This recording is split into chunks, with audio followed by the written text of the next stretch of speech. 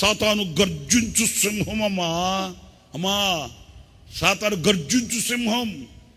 వాడు గర్జిస్తాడు, వాడికి 2 కొమ్ములు ఉంటాయి, వాడికి ఇంత 4 ఉంటుంది, వాడు నల్లగా కర్రాడు అని సైతాన్ గాడిని ఓడించుకుంటున్నాడంట అర్ధరాత్రి. ఏం పనులు ఆ పనులు, వాక్యం చెప్పకూడదు. హోల్ నైట్ ప్రేయర్లో సైతాన్ గాడిని వర్ణించుకుంటూ కూర్చున్నాడంట. వాడికి కొమ్ములు ఉంటాయమ్మా, పళ్ళు ఉంటాయమ్మా, అద్దమ్మా ఇద్దమ్మా అని చెప్తున్నాడా. ఆ పక్కన చర్చిలో డ్రామా అయిపోయిందంట. దాంట్లో ఒకడు సాతాను వేషం వేసుకున్నాడంట. వాడు ఇంటికి వెళ్తున్నాడంట. ఆ వేషం వేసుకున్న వాళ్ళందరేమో మొక్కలు కడుక్కొని క్లీన్ అయిపోయింది వాళ్ళకి. వీడు సైతాన్ గడికి ఒళ్ళంతా నల్లరం కొట్టేశారు. వీడు అనుకున్నాడు క్లీన్ చేస్తే అయ్యేది కాదు కదా, స్నానం చేయాల్సిందే కదా, ఇంటికి వెళ్ళి స్నానం చేద్దామని వెళ్తున్నాడంట. సరిగ్గా ఈ చర్చికి అంతంత దూరం వచ్చేసరికి పట 4 చినుకులు పడ్డాయంట. వాడికి తడిస్తే ఆయాసం అంట. కలిసి వచ్చే కాలం వస్తే ఇట్లా ఉంటాయి, అన్నీ సెట్ అవుతాయి.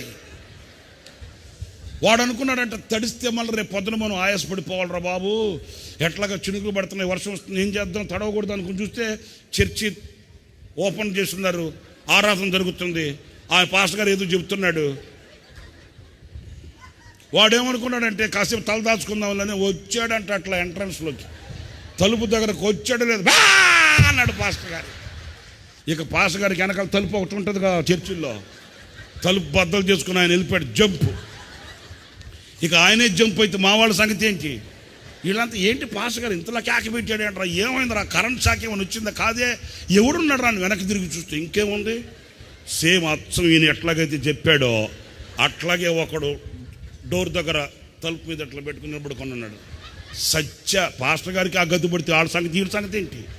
వీళ్ళైతేనండి కిటికీలు తలుపులు బద్దలు తీసుకొని ఒకరి మీద ఒకరు పడి పరార్, ఒక్కరు లేరు, వెళ్ళిపోయారు అందరూ. వీళ్ళంతా విశ్వాసులే. సరే అసలు సంగతి ఇప్పుడు చెప్తానేనండి. అందరు వెళ్ళిపోయారా. పాస్టర్ గారు వాక్యం చెప్తే ఒక ఆమె పాపం గాఢ నిద్రలో ఉందంట. ఆమెకి ఈ సంగతి అంత ఏం తెలియదు. వాడు వచ్చిన సంగతి తెలీదు, పాస్టర్ గారు వెళ్ళిపోయిన సంగతి తెలీదు, వీళ్ళంతా వెళ్ళిపోయిన సంగతి ఏం తెలీదు. ఆమె 4th డైమెన్షన్లో 6th ఎక్కడో ఉంది. ఆమెకి ఈ శబ్దాలన్నీ లేకపోయేసరికి ఏంటి జోలపాట ఏం లేదు ఏంటి అని కళ్ళు తెరిచి చూస్తే ఒకళ్ళాడు. అరే మా పాస్టర్ గారు ఏమయ్యాడు రా, అయినా పాస్టర్ గారే ప్రభు వచ్చి తీసుకెళ్ళిపోయాడా, పోనీ మా సంఘం అంతేమైందిరా ఆయన, దేవుడా మా సంఘం ఏదరా, సంఘం లేదు పాస్టర్ లేడు, ఏంటి ఏమయ్యారు వీళ్ళంతా, అయినా వెళ్ళేటప్పుడు నన్ను కూడా నిద్ర లేపచ్చు కదా, సహోదర ప్రేమ అంత మాత్రం ఉండదా, అది అహరోను గడ్డ మీద గారి అంగీలు అంచు వరకు దిగజారి పరిమళ తైలం కదా, మరి ఎట్టపోయారంటే అని ఏంటి ఏమైందని వెనక్కి తిరిగి చూస్తే ఇంకేంది చూసేది, గుండె జల్లుమనింది. సత్యంరా బాబు, పాస్టర్ గారు వెళ్ళిపోయాడు, సంఘం వెళ్ళిపోయింది. కనీసం సంఘం అన్నా ఉంటే అత్యాసక్తితో ప్రార్థన చేసేది, సంఘం లేదు, పాస్టర్ గారు లేడు, దొరికిపోయాను రా స్వామి. ఇప్పుడు మనం గావుకి ఆకలిసిన వేస్తే ఏం చేయలేం, అయిపోయింది, దొరికిపోయాం బాబోయ్. ఆడు ఇంత పెద్ద 4 పెట్టుకొని ఉన్నాడు, ముసుకేసుకొని ఉన్నాడు. నేను చెప్పేలా మన వాళ్ళు పోరాడే శక్తి లేక లొంగిపోతున్నారు సీతనగడికి. ఆ అమ్మ నిందంట సైతనగడు వైపు చూసి, అయ్యా నేను నీ బిడ్డనేనయ్యా, ఈరోజు ఏదో డ్రామా వేస్తుంటే వచ్చానే కానీ నేను నీ కుమార్తెనేనయ్యా. సైతనగడికి దిమ్మ తిరిగిందంట.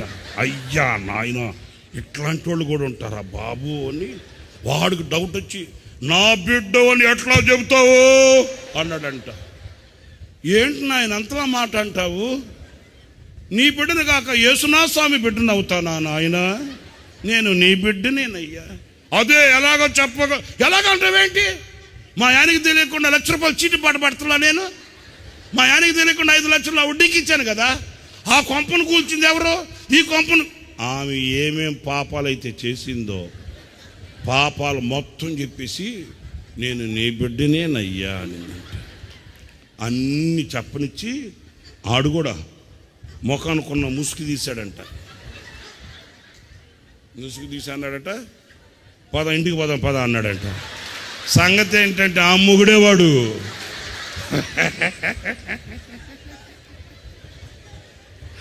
కుక్కను కొట్టే కర్రలు 3 కర్రలు ఇరిగిపోయాయంట. పక్కింటి వాళ్ళు అంతా వచ్చన్నారు, మెంటల్ దానా తిక్కల దానా ఎవడన్నా భర్తకు చెబుతారమ్మా. నాకేం తెలుసు ఈడు ఎముడు అనుకున్నానే కదా మొగుడు అనుకున్నానా నేను.